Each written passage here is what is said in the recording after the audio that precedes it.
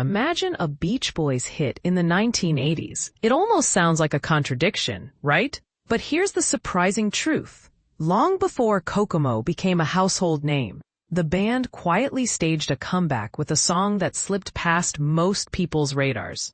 And this is the part most people miss. In 1985, Getcha Back not only climbed the pop charts, but also marked a rare moment of unity for a group teetering on the edge of chaos. But how did a band seemingly past its prime pull off such a feat?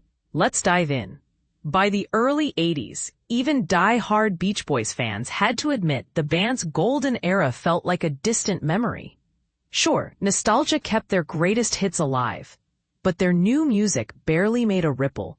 Albums like Keepin' the Summer Alive, 1980, came and went without fanfare, and the band seemed content touring their oldies circuit.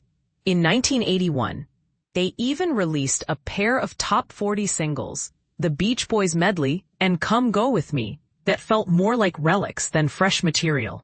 It was as if they'd stopped trying to keep up with the times. Then, tragedy struck. In 1983, drummer Dennis Wilson drowned at just 39, leaving the band reeling. Meanwhile, Brian Wilson, once the group's creative mastermind, was struggling to contribute, and internal conflicts were at an all-time high. Yet, against all odds, they pressed on, releasing a self-titled album in 1985. But here's where it gets controversial. Brian's involvement was sporadic, and his psychologist, Elliot Landy, insisted on being part of the process, a move that frustrated the rest of the band. Still, the album yielded Getcha Back, a song Brian barely touched, yet it became their first original top 40 hit in nearly a decade. So, who was behind Getcha Back? Mike Love, the band's co-founder, co-wrote the track with Terry Melcher, a longtime collaborator. Love also took the lead vocals, infusing the song with his signature themes of cars and teenage romance, though this time it was tinged with nostalgia. Producer Steve Levine, fresh off Culture Club's 80s hits, managed to capture the classic Beach Boys sound while adding a modern edge. The result? A song that felt both familiar and fresh, peaking at number 26 on the charts. Now, let's talk lyrics, because this is where it gets interesting. Getcha Back is a wistful tale of regret and second chances. The narrator, prompted by an old song, reflects on a past love he let slip away.